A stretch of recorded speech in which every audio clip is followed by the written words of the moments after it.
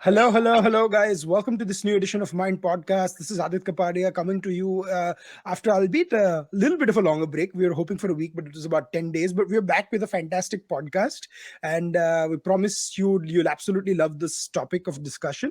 Um, I have with me today two very special guests. And one has, of course, he's a returning champion of Mind Podcast, Aashish Chandorkar.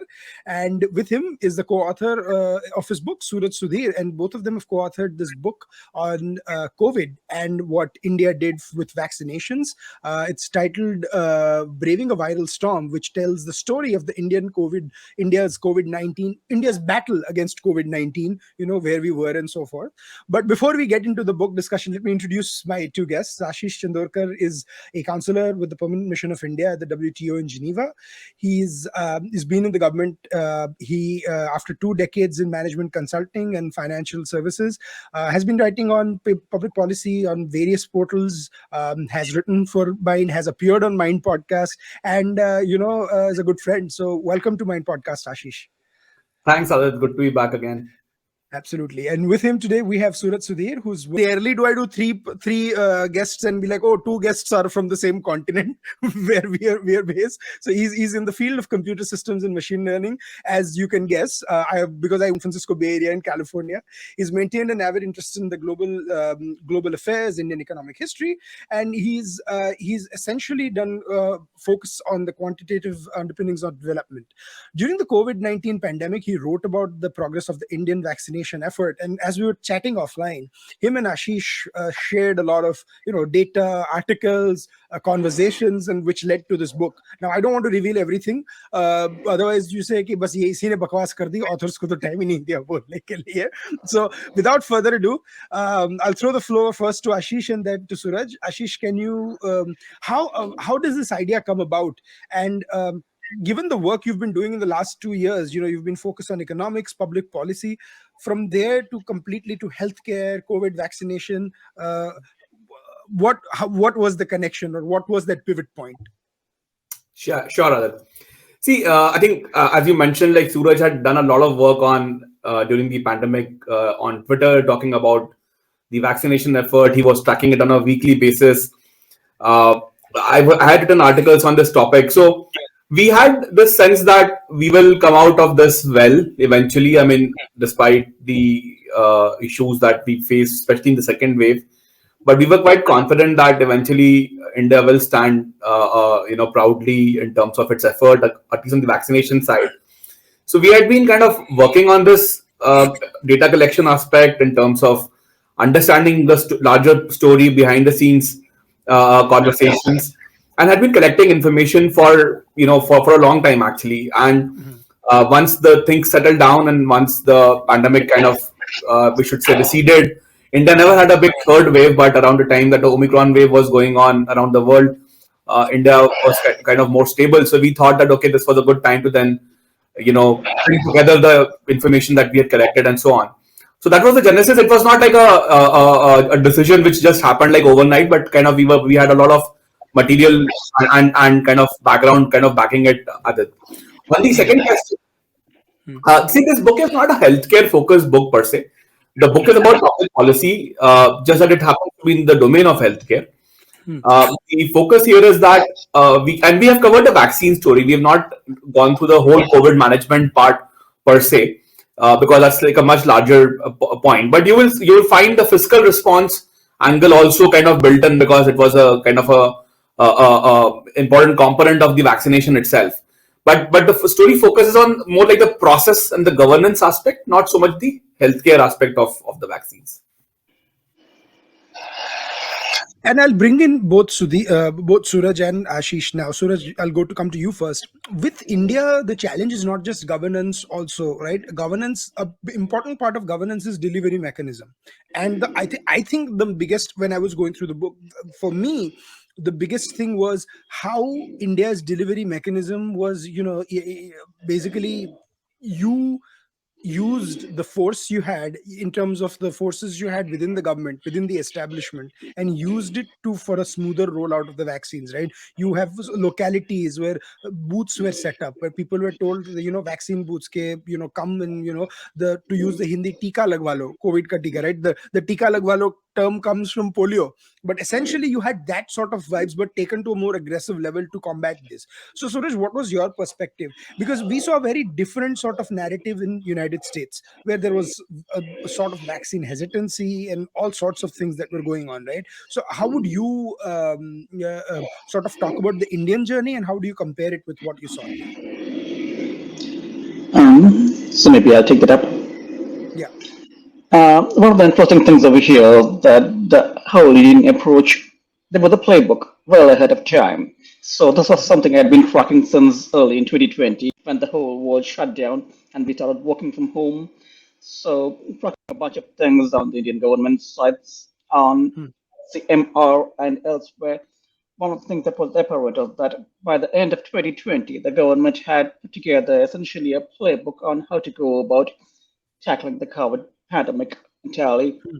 That includes how to handle things at the ground level, how to Hmm. organize, how to inform people, and the concept of the existence of vaccine hesitancy as a problem to be tackled was known at the time, and there was a diffused messaging approach that was taken ahead of time, Hmm. where you didn't try to push the message down from the top that you must be vaccinated if you know what's good for you, which was Hmm. somewhat an American approach. Whereas at the local level in India, we had an approach to reach out to community leaders, religious leaders, and the local healthcare authorities, who Hmm. for a long time have generally been a source of trustworthy information to the public to Hmm. go over with their ailments and tell them and get this kind of reliable response from these people. So this kind of social cohesion existed, and this was utilized at the time to be able to inform the public. This is a really dangerous thing, and you should get vaccinated.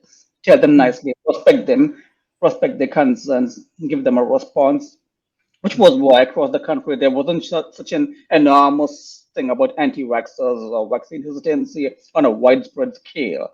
And Hmm. regardless of what state it is, who was ruling the state, we had almost uniformly passed uptake in vaccination throughout the country in a Hmm. very short amount of time. And that was quite different from over here, where you see some states being well vaccinated and some being completely against it, and it's all politically colored, and there are so many other factors at play. We never saw Yeah. that in India.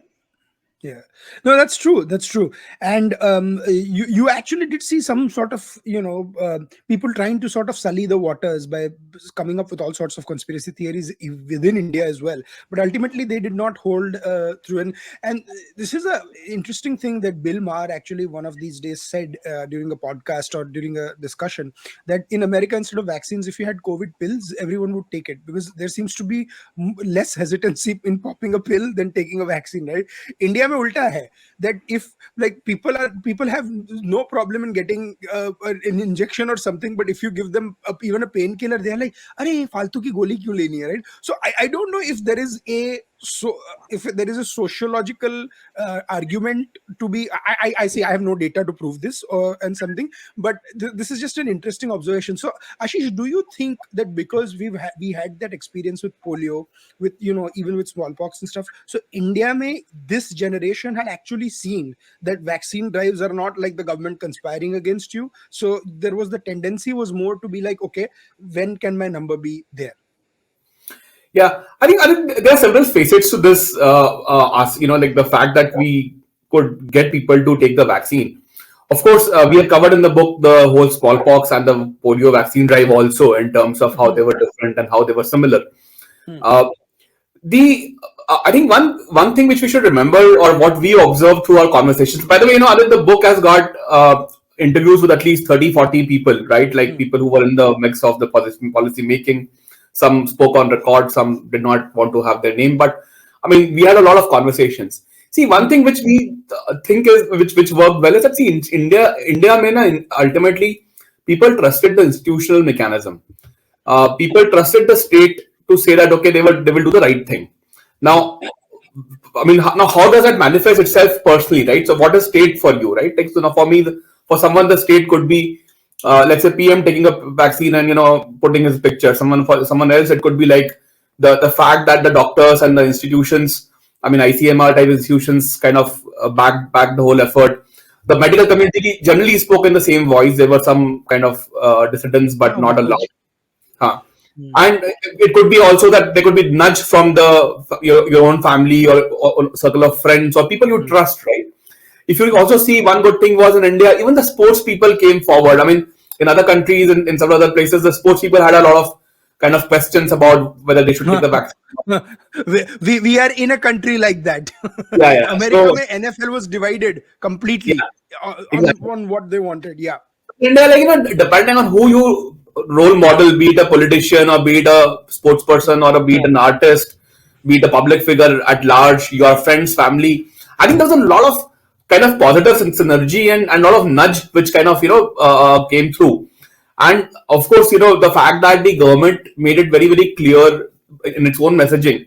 The first big endorsement came from the PM himself, right? Like on 1st Correct. of March 2020 when the 2021 when the vaccine drive started for age group, senior age group. So I think there was a combination of factors. I think in India, generally speaking, people trusted the state and its institutions. Also, the opposition to the vaccine also faded away, right? Like Hmm. it wasn't so much the opposition to the vaccination concept per se. A lot of opposition was coming through about whether which is the right vaccine, can we get some other Yeah, yeah, yeah. vaccine, what is the It was more approval. about the vaccine manufacturing companies rather than the vaccines Yeah, itself. exactly. So I think that played quite well eventually, and in our book we have actually said that even the people who were in the political side, for example, even the opposition, kind of backed it eventually, right? There were some ups and downs, but largely speaking, it was a very cohesive effort, and that's a great credit for India as such. Absolutely, absolutely. So one Just thing one I more noticed, thing. Suraj, Just a yes, really small please, thing. no, no, If no, you go go on ahead. the Coven dashboard, you'll see Mhm. something like there's a graph that shows the number of people, a percentage of people who have side effects from the vaccination. It's been there since the very beginning. And this is actually something they're making public from the outset. Hey, sometimes you can have side effects. This is how many people get it. This is like a fraction of a percent. It happens. And we'll take care of you then. So it lets people know that it's not completely without risk, and some people may have something, but here's where it is. Put that information out. Don't hide it and don't claim in things and don't even feed the conspiracies. Yeah. No, no, no, absolutely, absolutely. One thing I wanted to ask you guys, and this was something that I myself did not know. Thanks to your book, I found out that we took longer than Somalia and Ethiopia to eradicate polio. I did not know that fact, right? And in a lot of African countries, and so from there, the COVID actually basically there was a 2015 win. I think that was basically the vaccine. I think the vaccine and electronic vaccine intelligence network, if I'm not Yeah. mistaken. It's called the even. Yeah. Even, sorry, I'm even, and even, and it was sort of extrapolated from there, right? And the other interesting thing I saw was the the Mumbai airport, and what was the storage capacity and so forth. So it's very interesting, like the things that I found out. But the major thing I want to focus a little bit about was how does India go from struggle? I mean, I shouldn't say struggling to eradicate polio, but there were challenges, right? To the point where you had something like COVID so smoothly roll out. We went to from like 0 to 80% in like essentially months, right? And there were a lot of, and at that time India was also doing vaccine maitri, where it was giving doses to other countries as well. So it was not like India was just vaccinating its own population first, right? It was a simultaneous process. So can you guys shed some light on that process? I know you've done so in the book, but for the benefit of our viewers. Perhaps Suraj can talk about the whole the whole polio part, and I can talk more about some of the other aspects which you mentioned. So Suraj, do you want to talk a little bit first about the polio part, and then we can go in chronological order, and then we can go to Ashish? Suraj, Sounds good. yeah, please go for it. Yeah. All right. So, polio is one of those things where we repeatedly demonstrated our inability to bring together Mhm.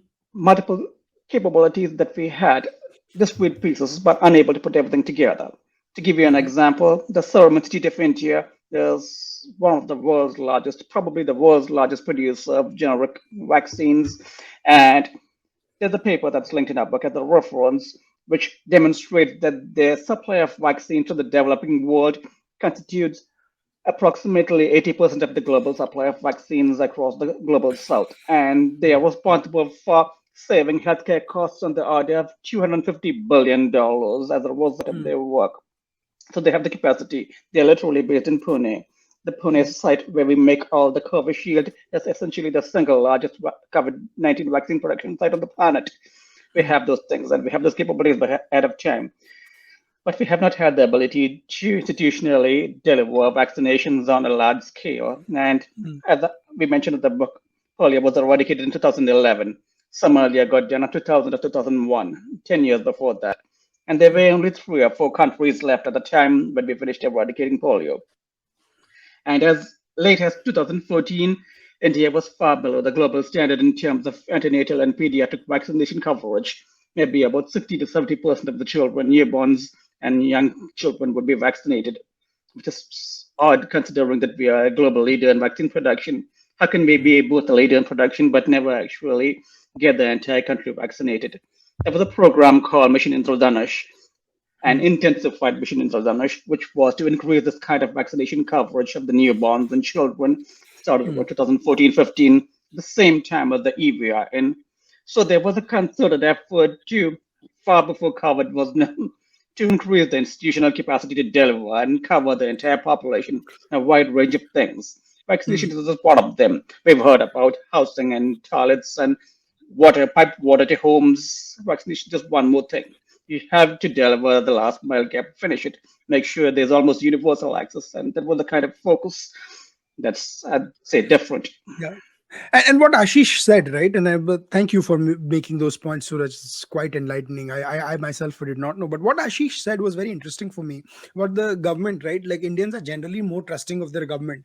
What I found that in US, in some places, they were more skeptical about the federal government coming in. And in India, it was almost welcomed. Ki, nahi, this is coming from the top down. I'd rather have this than, giving states and municipalities the right to distribute, right? So did you see that dichotomy when you were analyzing India's approach as well? Yeah, I can take this. And I think absolutely, let's see 2-3 things. So one is, I think, even and to link to your previous question also, see, why was COVID important, right? Because see, even that was a trust mechanism for the people at large. Correct. If you saw that there's a central system which is tracking everything, and by the way, see, what was even actually was more like a back-end tracking system with some front-end capabilities for the because our vaccines get distributed from one central place in Kasauli in Himachal, and then they go to all states and districts and blocks. So even essentially with the tracking for that, and of course the operators in each district or block, they had some kind of a front-end access. So COVID was not, even was not designed for a front-end application to the extent of each user logging in, right? It was more of a order management, supply chain type application. So COVID built the front end on top of that and used an API approach to basically put data in, get data, etc. and so on. So that intervention was very critical in building trust also, because when you have that record that okay, यदि आपको paper दिया जाता है India में, so how many people would have trusted that, right? Like this paper is correct, or we've seen paper-based scams in practically every country. In US, in France, in Switzerland, Italy. There's so many in Switzerland. I've seen that. So there's so many kind of stories around that. So that I think built the trust in itself, and it was a very interesting intervention because of the Aadhaar team which did this. They kind of scaled up COVID. So they already knew what to do in terms of the authentication process and in terms of linking the Aadhaar records to the any other downstream application. So that I think was a very critical. By the way, I think just to add to this, the first meeting on COVID, first meeting about having a technology platform happened on 30th May 2020. Now, note that in May 2020, there were no vaccines. There was not just the talk of vaccine had just started in that month itself. But at that time itself, India was thinking, PM had called a meeting that day that Indian vaccination effort cannot be devoid of technology intervention, right? So this thinking was very, very much there early on in the system that we need to have a technology-backed proof of record here. So that also was very critical in our view, both usability-wise and also trust-wise. And like stuff like what you mentioned, I would probably take a minute to explain the kind of interventions, like the whole of government approach. So because the vaccine is not just one component, right? Vaccine has hundreds of components. Things come from Mhm. came from different parts of the world. So in Mumbai customs area, there was a clearance area which was created specifically for anything which to do with vaccines. So as Mhm. soon as the planes would land, they would take the consignments to this area and Mhm. clear the whole thing in a matter of hours, sometimes even minutes. Mhm. uh, and then it was distributed downstream to various, like the agents who handle the distribution network. They would then take over. Mhm. So Mhm. again, this kind of an intervention also showed that there was a systemic urgency to get this done, right? The message Mhm. was very clear that everyone was working together to get the vaccines rolled out very, very fast. And Mhm. all of this helped in building trust, because the country was kind of aligned towards a central goal, and I think Mhm. it kind of all worked out well in the end. No, and I think strangely, maybe the Delta variant and the horrors that India saw played a factor also in removing that hesitancy. Ki bhai, we don't want a repeat of this again. I mean, and I mean, I lost my own grandmother to the wave, so I know how like I feel the pain. Like I don't claim to be the same way, but I've seen very closely what loss is like, and the whole situation where there was complete hopelessness. Ki we don't know where we'll get out of it, and then you suddenly go to the point where everybody is seeing forward, moving forward. That was a big change.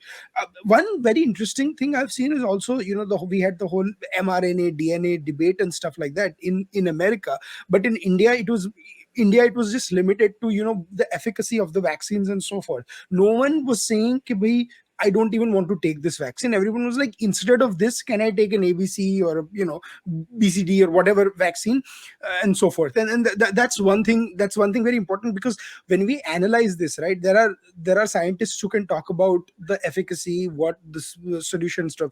What your book was, I almost thought it was like a management case study in how delivery mechanism has to be improved, right? So one thing I want to ask you and Suraj is, um, for a country of 130 crores plus, right? When you look at this, and when you get comparisons from people saying, "Arey, wo 4 crore ki ya 5 crore ki country hai, you see how they did it," and you're like, "Bhai, utna to population hamare 2 cities ka nahi hai," right? So how do you deal with that exasperation when you are doing analysis of that people will come and say, like, I remember this old show that I was watching, Barkha, that show, and someone said something about Singapore, and one of the panelists is like, "You really are going to compare something at the size of Singapore to the size of India?" Like, I love that they got it to work in Singapore. This is not about COVID. This is years back. It was some mechanism, right? So how do you deal with that criticisms that come towards your book and India? Like, how do you respond to that? Yeah, I think it's an interesting point, and what happens is that in a global crisis, when everyone is going through the same problem, comparisons are going to happen. You cannot, they are unavoidable, right? But what people don't understand sometimes is that like capacities also drive your choices. So you have a large country, you have your own constraints in terms of, by the way, large is not just in terms of population. There's also large in terms of the geographic variation, states having different own capacity. Ultimately, healthcare delivery is last mile, right? So that's not central government driven. Each state has got its own constraint. I mean, like, look at a state like, I mean, I live in Pune now. Between Pune and Lonavala, which is 50 kilometers away, even there will be a state capacity difference. It's not that uniform across even a single state, right? There were challenges like that, where you had like huge variations across pretty much every parameter involved in the vaccination effort. And of course, then you had to have the access to the vaccine for 130 crore people.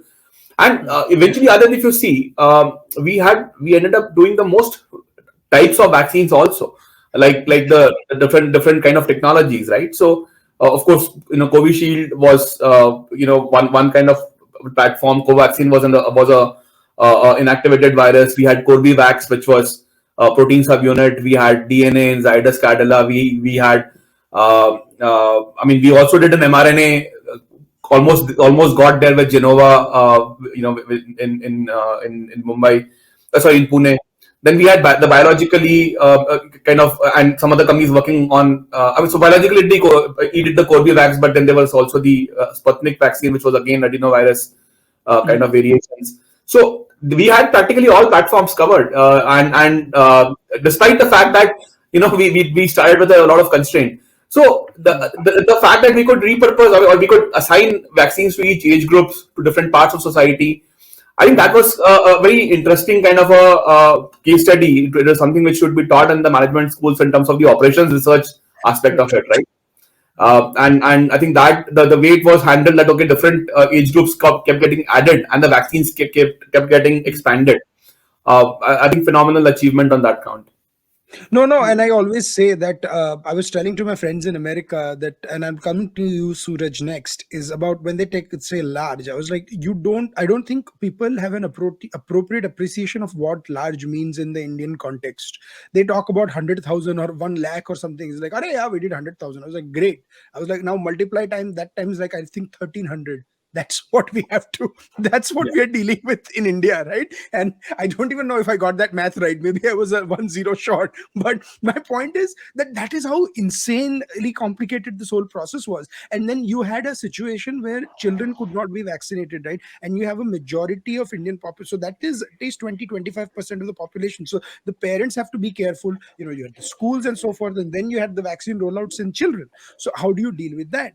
So, Suraj, what I want to ask you next is, like, from a Western perspective to an Indian perspective, right? Like, because Ashish was looking inward, out, right? Like, he was looking inward first in India, then he was in Switzerland. We were looking from US, right? So what was your perspective looking? Because if you read New York Times and Washington Post, they weren't even talking about the vaccine story. They were only talking about the Delta variant and whatever new rant that Miss Rana you wanted to get published in Washington Post. So what how would you deal with that? Like, what when you're talking to scientists here, when you're talking to journalists here, right? What would you talk to them about?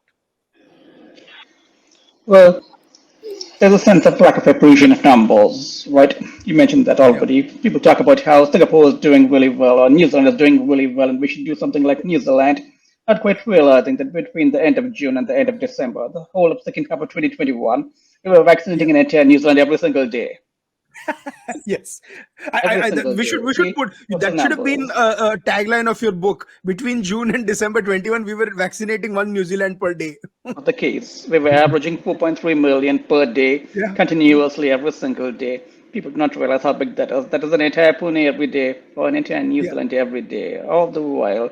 And they were still complaining. And when you say something like, I want my kids to be vaccinated because they have to go to school, and the kids in 15 to 17 age group have to be vaccinated, they're saying in the next 2 weeks, vaccinate all of Germany because that's how Mhm. many kids in the 15, 17 age group exist in India. Hmm. So they don't quite understand that. So you have to give a sense of the numbers, and that's on top of everybody else being vaccinated. We're vaccinating the entire 18 plus population. Keep on doing that. Add another 90 million people to that, and Correct. vaccinate them too on top of it. So that kind of sense of numbers is something people do not quantify, and they talk about the most sensational thing. Quite perhaps they are entirely oblivious to the fact that the numbers that they're talking about are extraordinarily large, and the 15, 17 age group is twice as many as the largest state in the United States, which is the population of Absolutely. California, right here. No, you're absolutely right. Actually, that's a bit of a, this I mean it in a lighthearted way. Like, someone gave me the example of New Zealand. It's great if it worked for New Zealand, right? कि, "अरे, ये क्या, why can't we do that?" I was like, the amount of people that the Prime Minister of New Zealand was managing was about the same amount of people as Murlidhar Mohol was managing. And people are like, "Who is Murlidhar Mohol?" I was like, "Mayor of the city of Pune." I was like, you don't even know. I was like, they were managing less people than Kishori Pednekar in Mumbai was managing. So I was like, I mean, thoda perspective. And another thing which people forget, and I think, Ashish, we need to talk a little bit about this, is the population density in India. See, given how COVID was spreading so fast, especially during Omicron, and India was not affected as badly as the rest of the world during Omicron after the vaccine rollout, given the population density challenges, right? Where in a 5,000 square foot area, you have like 40 people. Like I'm talking about, like 1,000 square foot apartments. It was very common, like to see it in big cities like Mumbai, Delhi, right? In some chawls. So, and India did a they were very well managed. Now, one could also argue that the skepticism over the companies of which vaccine were coming more out of the studios in Delhi and the elite regions of India, and they were not coming from the poorest of the poor, because they actually deal with the Indian government more than probably what people in South Delhi and South Mumbai do. Right. So would I be accurate in summarizing that amongst the people who were in the lower economic strata, they were more trusting of the government than maybe those in the studios being skeptics? Mad. Yeah, So, I would say it's not so much the economic strata. I mean, it would probably be more like whoever has got the access, like whoever's voice is louder, right? So there's always this one set of people who are always talking about everything on TV every night. The topic is immaterial, but they always come and talk about it. One-rounders. Yeah, so I think yeah, but just to address that point, other like you also mentioned earlier, like so we spoke to Dr. Peter Hotez, who's one of the, let's say, the inventor of one of the vaccines, the Corbevax, right? And when we spoke, and he's in Texas, I mean he's probably somewhere close to you, and when we spoke to him about the approach, or like how he saw Indian pharma companies, he was actually quite appreciative. He said that we were able to do the technology transfer online. Indian scientists and engineers were pretty good. Everything was courier based. Like samples had to be couriered from Texas to Pune, to Hyderabad for biologically. And all there were the Zoom sessions for 2 hours, Zoom like knowledge transfer, how you do in the IT industry, and they could actually make a vaccine like that. And he said that the approval and the administrative aspect was left to the Indian partner, but like India could actually make a vaccine basically on Zoom calls, so while of course the media portrays the stories the way it wants to. Even in the US, we got some good feedback on how the Indian pharma industry dealt with this. And from from our own perspective, of course, it is very clear that people did not. I mean, like when you logged into Coven and you saw that which is the free slot. A lot of people did not worry about which vaccine it was, right? They were worried about a free slot. That can I get a vaccine? So this whole idea that I only need one vaccine or one type of vaccine. I think it was a very small set of population, but since their share of voice was loud, you heard more of it, perhaps. Absolutely. No, and I have to say, since you mentioned Dr. Peter Hotez, I didn't want to do a shout out for a fellow Houstonian, but since Aashish did it, I will join in. He is not only from Texas, I mean, he's from Houston, very close, right here at the Baylor College of Medicine, and it was a fascinating.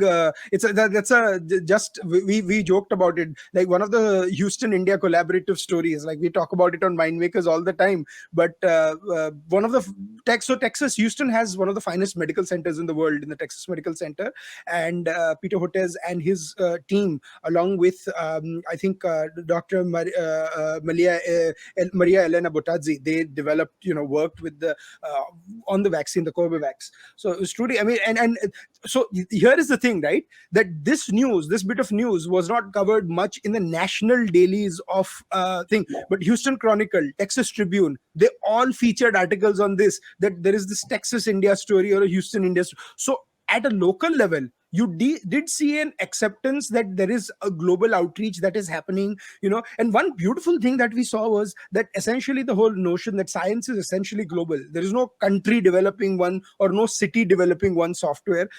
There was knowledge being shared across the continents, and nothing was bigger example than this. I'll just add to that, other since you mentioned the science, the collaborative science part.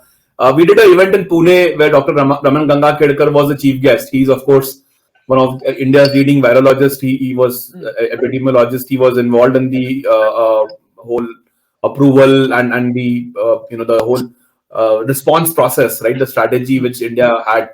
So he mentioned that one of the important aspect of why Covaxin worked was the adjuvant which was used, which is a very critical part of the vaccine.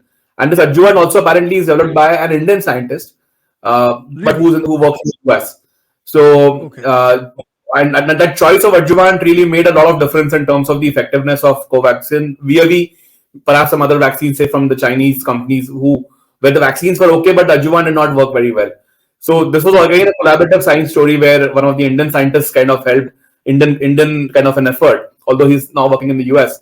But Right. and again, the government had to work to ensure that the adjuvant remains available for production in India and so on, right? So like a very collaborative kind of a mechanism. Very cool. Excellent. So, Suraj, as we swing along to the last 15 minutes of the podcast, I want to ask you, Suraj, about a future picture, right? Now that we are here where we are, right? How do you view the future in terms of managing? I mean, we hope that nothing ever like this ever happens, right? But as we know, as when we were all taking our flights in December 2019, and in my case, 2 weeks before in February 2020, actually, Aashish, we met just a week before this whole Yes. thing happened, and Ashish and I are sitting in a Starbucks in Mumbai, and there is no way we're like, "Ye COVID kya chal raha hai?" At that time we didn't even know what was about to hit us, and here we are 3 years later discussing a book that he wrote about it. So that's how fast the world has moved, right? So, Suraj, how do you view like how has the world learned? What has the world learned from this? What has India learned from this? And in terms of research, now are we having adequate sort of safeguards in the system to prevent something like this from happening? I can't speak for the whole world, but I'd say that in India, they have developed institutional capabilities to essentially take the person or the specific individuals out of the picture and make an entire process one of being able to essentially have the state respond impersonally to a situation like Hmm. this. They have already the production capabilities, the technological abilities, the scientific knowledge, and even the vast infrastructure to store vaccines and distribute them. But we have never Hmm. been able to tie that together. And over Hmm. here, we have invested in ahead of time, close to 10 years ahead of time, in building out all these. And when the moment came, we were able to demonstrate that we were able to put it to use. So what I would see happening in future that we did not need necessarily a high profile effort because in future we would expect all of this to just work. Hmm. And that's really important. You do not really want this to be able to be some kind of repeated heroic effort because you'll have to replicate heroism again and again. And you don't want to have to do that. You want to make it mundane. If there's a challenge, we are going to tackle it. It's not going to Hmm. be a big deal. And that's actually a sign of great confidence and maturity. That's Truly. what matters over here.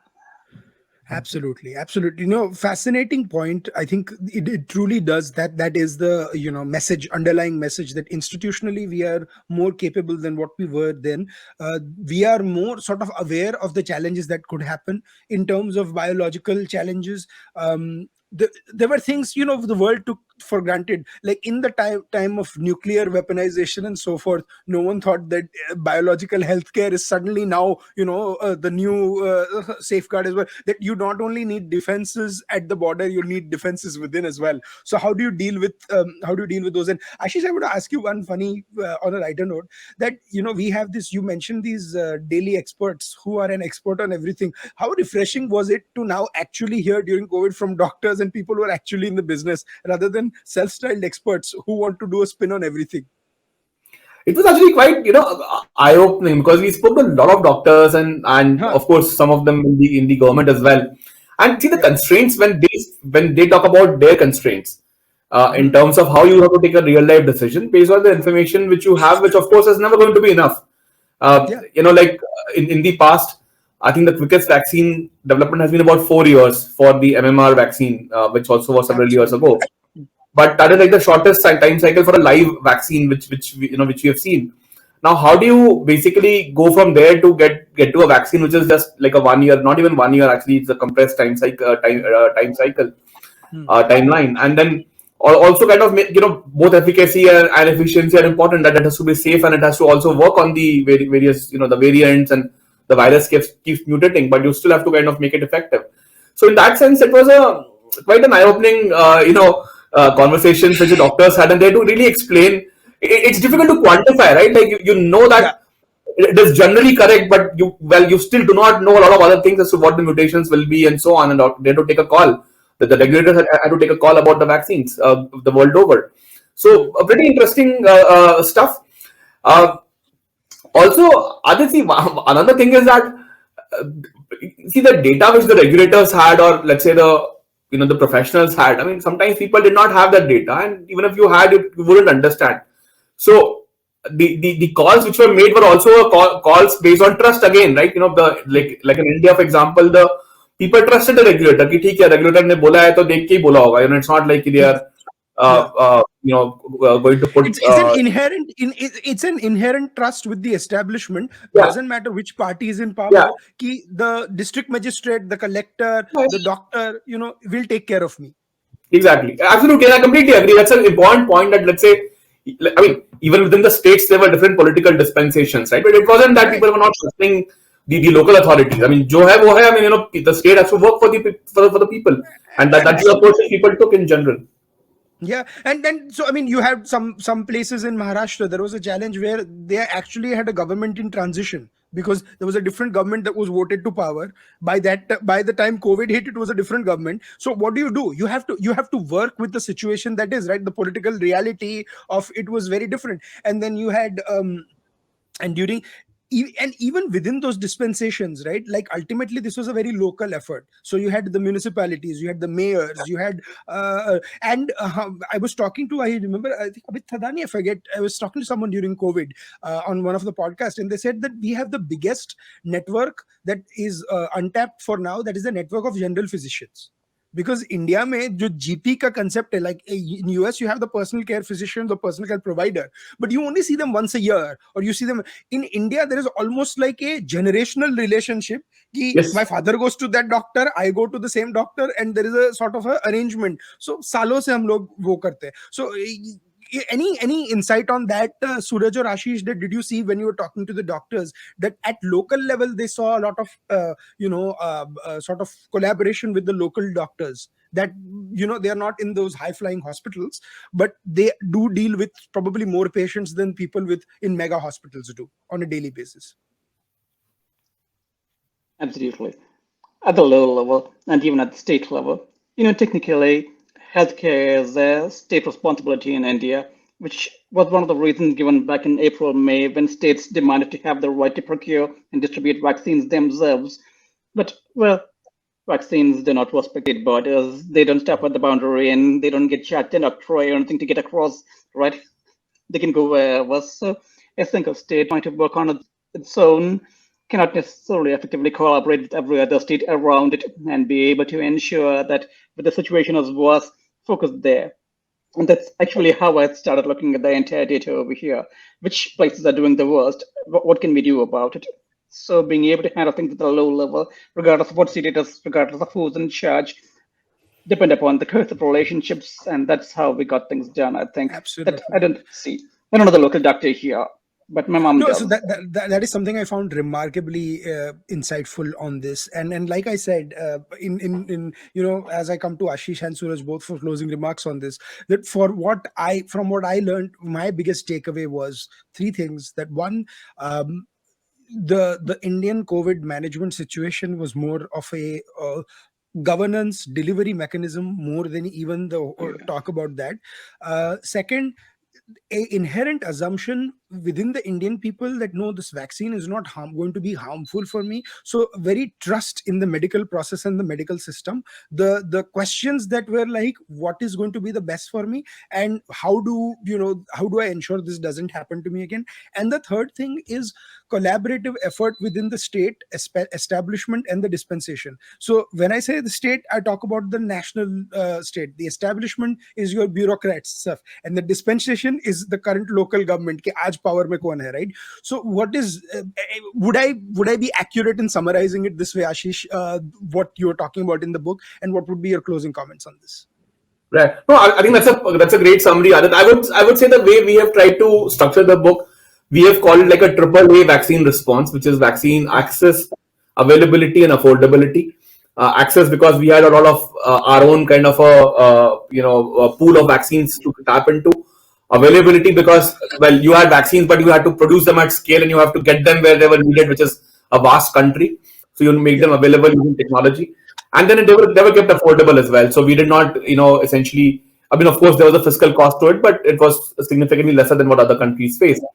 The other point I would make is that the whole Atmanirbhar concept that we talk about, I mean, PM Modi had spoken about this in May 2020. The I think this program is a shining example of that, because it is a mixture of everything: science, Mm. political persuasion, communication, technology, healthcare response, federal relationships, private Mm. sector pitching in, right? So practically everything that had to go right did go right, and that's a big achievement for a complexity of our size. So this whole Atmanirbhar story, this is like one of the pivotal kind of a example, and I hope that we kind of replicate that in other domains as well. No, no, absolutely. And what from what you said, right? Ki the on a lighter note, AAA respond. Our ex Vice President Mr. Naidu would be very happy with that acronym about the AAA reform. But him and his love. But no, you're right. The issue wasn't the scale in production. India could have done with that, but you also had to scale up distribution, right? Yes. So how do you do that? Right, and that is the real sort of challenge. I mean, I'm not to suggest that production was not, and what other Poonawalla, Serum Institute, and other manufacturers did, was stunning. But so Suraj, in closure, how if there was something you could change and something you could suggest could have been done better, or how would you see India handle that aspect differently? What would be that for you? Well, that's a really good question, actually. I wouldn't say a lot could be done differently, except for the fact Yeah. that establish that the state is capable of delivering. If step two, essentially build out the infrastructure ahead of time, acknowledge that when capabilities are built, let that be known across the Yeah. country. There are a lot of things that are known from this book. You claim that you learned certain things from the book. This was really common knowledge. Being able Yeah. to educate and inform the population that this capacity exists and that we do not Mm. need to rush at the last moment and put things together, almost like how a wedding happens. Like everything doesn't necessarily have to happen at 11:59. A lot of things are already there in place. We just need for that they will all come together and stay out of the way or help as required. Absolutely. So in India is all about controlled chaos, and there was no better example than this of controlled chaos than this, and we love that, And then this the magnificent six-letter word called jugad, which does not exist in any other language, You got vocabulary, it. or country. That only happens in India. Ultimately, Yeah. and there is a two thing ki ho jayega ya kar lenge, or as in Gujarati we say thai jaise, Yeah. whatever happens, we'll take care of it. That is the never say die attitude and spirit of a lot of Indian population. I think you guys have beautifully captured it through in the book. I would say that it's not related to just one category of professionals and so forth. So I would highly recommend, we end with recommendations always, so I would highly recommend you guys reading this book. And thank you, Ashish and Suraj, for writing this book. And it's always been a great pleasure chatting about it. But anything you want to end on with specifically? Suraj, you want to And go first? Oh no, go ahead. I don't have anything more. I will just say that I just hope that people at large see this. I mean, this is one effort, but in general, more belief in yourself, in the country's capability, and the fact that you can have a playbook or a template of your own without having to really. And again, it's not that you can't borrow best practices. You can and you should, but in case there are no best practices, yeah. one shouldn't shy away from creating something which works for the country, and we should believe in that. I think that would be my hope after writing this book. Absolutely. No, no, Aaron Sorkin wrote in West Wing that good writers borrow, great writers steal. So it's not about what, if there is something good. And this is, by the way, before people jump on me, this is not about writing. What Ashish said about the best practices, right? If it's done in the world, it is your job to study it and apply it to your context. That's not being heck, our constitution, like, please read how the Indian constitution was written. The Constitution Assembly read constitutions of US, and basically you read, you implement, and you hope that it works in certain contexts, and then you tweak. And I think that's what happened in India, and I think we need to probably stay prepared that in case even half of what this happens, we limit the damage, because even one life lost is a life too many. So the bigger, the quicker we are, the quicker our responses, the quicker our research is, the better it is. But I think it was a great moment for Indian research, Indian science, and let's just hope that we see many such great days. So thank you guys for writing this book, and thank you guys for joining in and tuning into this podcast. We'll be back next week with more. Please go ahead, follow them, Aashish and Suraj, on social media. Please, we'll tag them definitely from the Mindmakers Twitter handle and my Twitter handle. Please buy the book. We'll put a link to the book actually in the YouTube description. So make sure, don't be very lazy. एक ही click से buy हो जाएगी. Please, and write to them if there's something of the book that you agree or you don't agree with. They'll be happy to take responses on that as well. So till then, it's goodbye from us at Mindmakers, and we'll be back next week with a lot more. Thank you, guys. Thank you. Thank you.